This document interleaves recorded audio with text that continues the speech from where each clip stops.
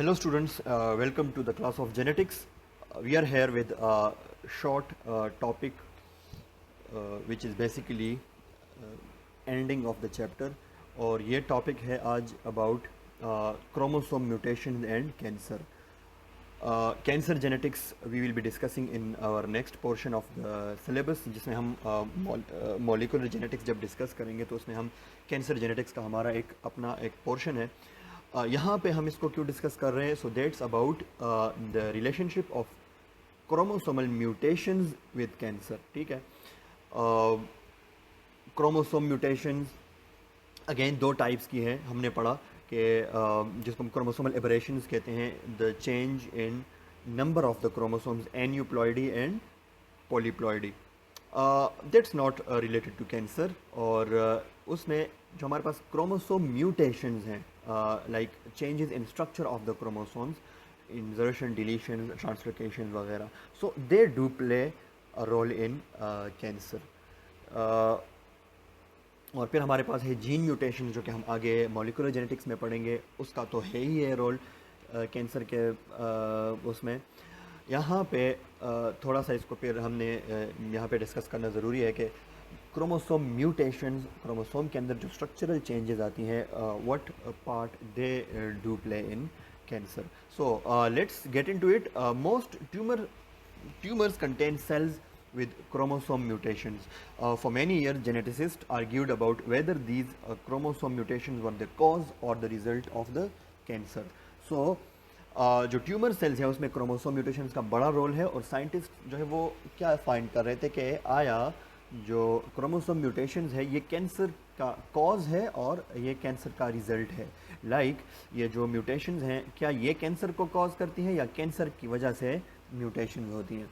So some types of tumors are consistently associated with specific chromosome mutations, suggesting that the mutation contributes to the cause of the cancer. So certain cases में हमारे पास many cases में chromosome mutations are the causes of the cancer.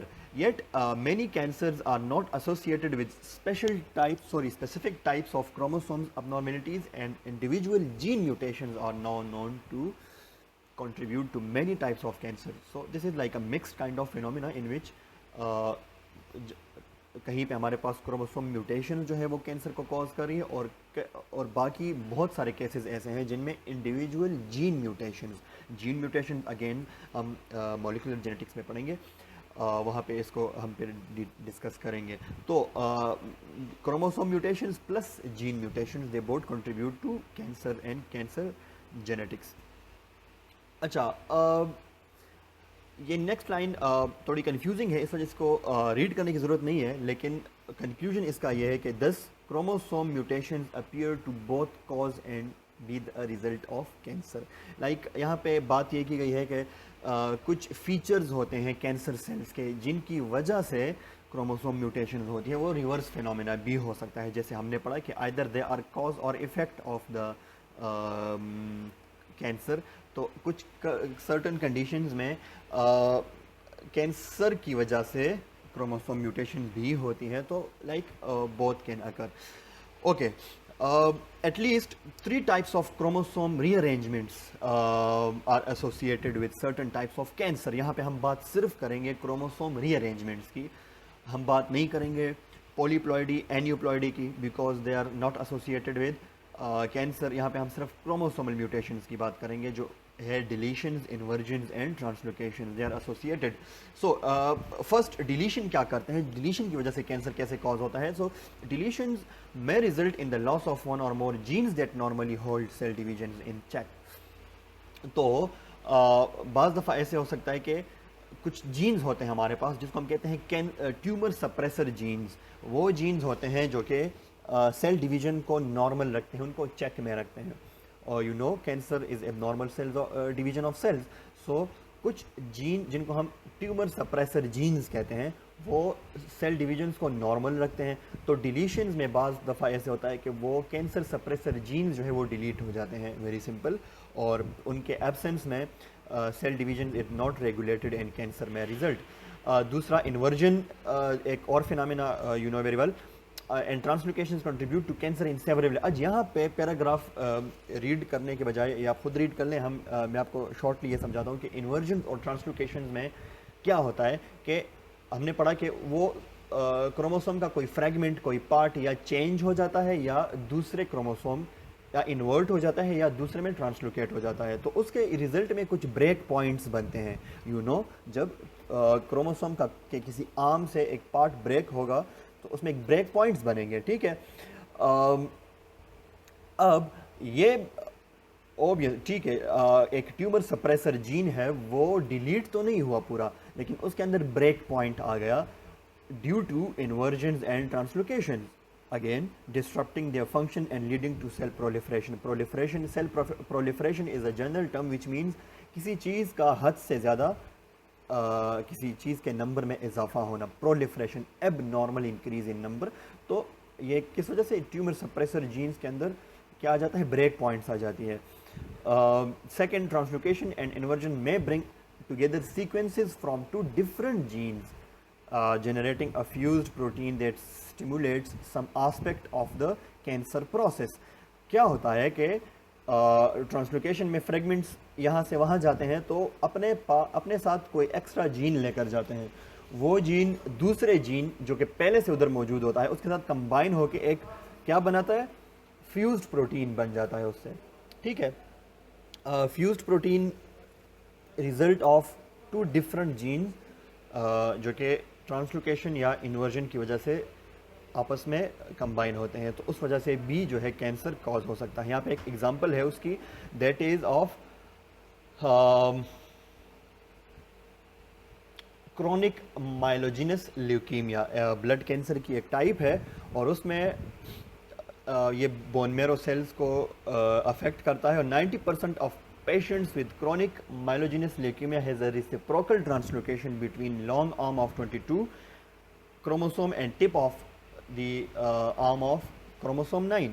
यहाँ पे क्या होता है इस condition में कि 9 क्रोमोसोम 9th और क्रोमोसोम नंबर 22 के बीच में रिसिप्रोकल ट्रांसलोकेशन हो जाती है, उनके फ्रेगमेंट्स एक्सचेंज हो जाते हैं, ठीक है। और एज ए रिजल्ट आप देख सकते हैं कि इनके जीन्स ये इस 9 पे मौजूद था और ये BCR एक जीन है जो प्रेजेंट था 22 पे। तो अब यहाँ से जब फ्रेगमेंट कट करके इधर आया तो ये जीन दोनों एक साथ आ गए और बड़े एक कॉन्टिन्यूएशन में आ गए।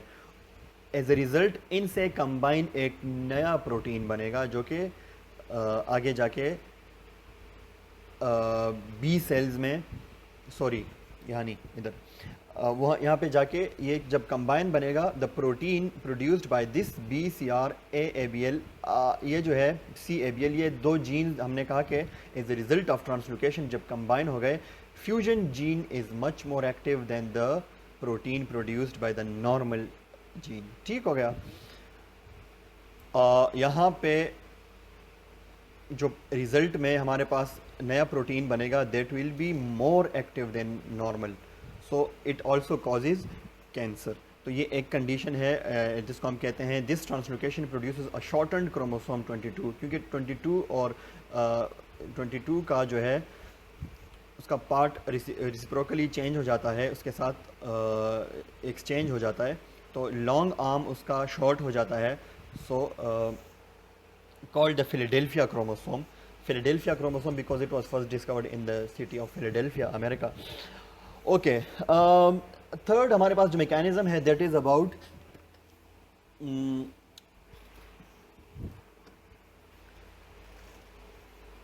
a third mechanism by which chromosome rearrangement may produce cancer is by transfer of a potential cancer causing gene to a new location। Cancer causing gene अपने लोकेशन से दूसरे लोकेशन में ट्रांसफ़र हो जाता है किसी भी क्रोमोसोमल रीअरेंजमेंट की वजह से, वो चाहे ट्रांसलोकेशन हो या इन्वर्जन हो, तो वो नए लोकेशन में चला जाता है। और आपको पता है कि जो कैंसर कॉजिंग जीन्स होते हैं जिनको हम ऑन्कोजीन्स कहते हैं, ये हम आगे पढ़ेंगे जीन कैंसर जेनेटिक्स में, तो कैंसर कॉजिंग जो जीन्स होते हैं ये बेसिकली हम ऑन्कोजीन्स कहते हैं। और ये ऑन्कोजीन्स मोस्टली सप्रेस होते हैं। तो रेयर केसेस में ये जब एक्सप्रेस हो जाते हैं तो ये cause cancer.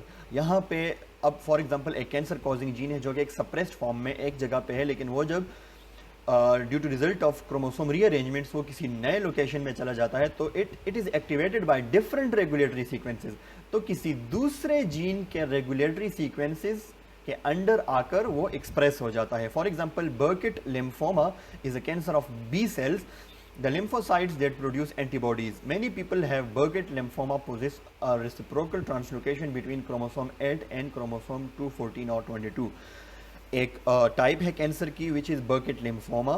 B cells lymphocytes के अंदर ये कैंसर कॉज होता है। और कैसे होता है तो this is basically reciprocal translocation between chromosome 8 and others. तो ये देखते हैं इधर कैसे। इधर देखें क्रोमोसोम 8 के अंदर हमारे पास ये है एक जीन, ठीक है, c-MYC जीन है और ये कैंसर जीन है। यहाँ पे ये सप्रेस्ड फॉर्म में है, एक्टिवेट नहीं हो रहा, लेकिन जब इसकी ट्रांसलोकेशन हो गई और ये आ गया क्रोमोसोम 14 में, इधर ठीक हो गया, शिफ्ट हो गया। अब ये यहाँ पे कौन से सेल्स में होता है, ये बी सेल्स में, लिम्फोसाइट्स में, जहाँ पे इससे थोड़ा आगे ऊपर आप देख सकते हैं कि immunoglobin genes, normal immunoglobin genes उसके प्रेजेंट होते हैं। इम्यूनोग्लोबिन जीन्स हमारे पास डिफरेंट क्रोमोसोम्स पे प्रेजेंट होते हैं, डिफरेंट इम्यूनोग्लोबिन प्रोटीन हमारे पास प्रोड्यूस होते हैं, तो वो इम्यूनोग्लोबिन जीन यहाँ पे उसके क्रोमोसोम नंबर 14 पे पहले से वो मौजूद था, तो ये कैंसर जीन आके उसके साथ करीब ही अटैच हो गया। तो जो इम्यूनोग्लोबिन जीन के प्रोमोटर्स रीजन्स हैं और जो रेगुलेटरी सीक्वेंसेस हैं वो इसको भी रेगुलेट कर देती है, इसको भी एक्टिवेट कर देती हैं। वैसे तो रेगुलेटरी प्रोटीन्स बड़े स्पेसिफिक होते हैं, लेकिन बाज़ टाइम वो दूसरे जीन को भी एक्टिवेट कर सकते हैं। तो ये यहाँ पे सप्रेस था, यहाँ पे एक्टिवेट हो गया। और रिजल्ट क्या होता है कि एज अ रिजल्ट यहाँ पे लिखा है